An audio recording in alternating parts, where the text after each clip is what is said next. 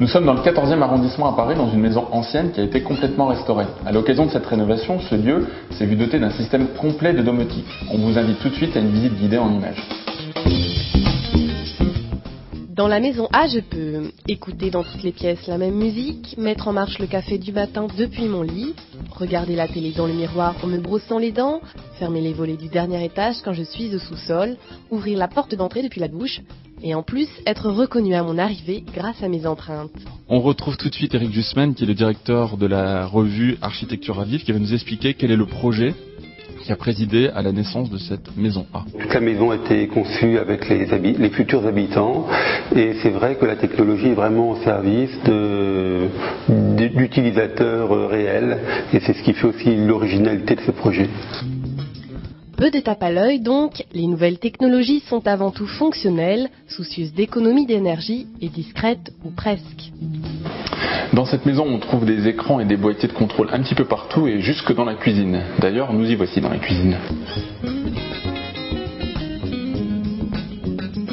Alors ici on est dans un écran tactile, on peut bien sûr aller sur internet, faire ses courses en ligne ou regarder des recettes de cuisine. On peut aussi évidemment regarder un DVD, regarder la fin des informations.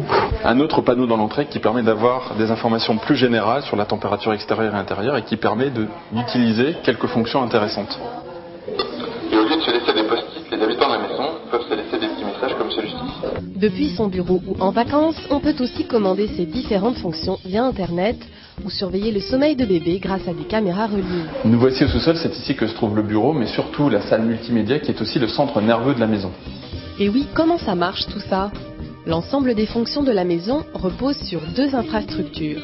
Premier système, le système TEBIS de Hager, qui est une installation électrique évoluée. Il permet d'alimenter en électricité les différents équipements de la maison, mais il peut en plus combiner et automatiser les différentes fonctions en reliant par radio ou via un câble téléphonique tous les émetteurs d'ordre. Par rapport à une installation traditionnelle, le surcoût est de 10 à 20%.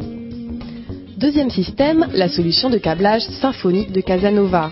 Il est le support du réseau VDI pour voix, données, images qui transporte les données multimédia. C'est grâce aux prises RJ45, ici au milieu, que l'on fait passer les différents flux tels qu'Internet, téléphonie ou vidéo. Une trentaine de prises sont installées dans toutes les pièces de la maison. Ce qui fait qu'un coin de loisir peut demain devenir un coin de travail sans aucune modification électrique. Il y a beaucoup d'idées qui ne sont pas forcément spécialement coûteuses, il suffit simplement d'en avoir avant tout l'envie. Les utilisateurs pilotent ensuite facilement les deux systèmes TEBIS et Symfony grâce à un ordinateur de type Media Center sur lequel a été installée l'interface logicielle Cerber de Scitech, véritable superviseur de l'ensemble des fonctionnalités. C'est une maison du temps présent qui représente malgré tout les tendances des 10 prochaines années. Est-ce que c'est cher ? Pas forcément, surtout si l'on construit un logement neuf.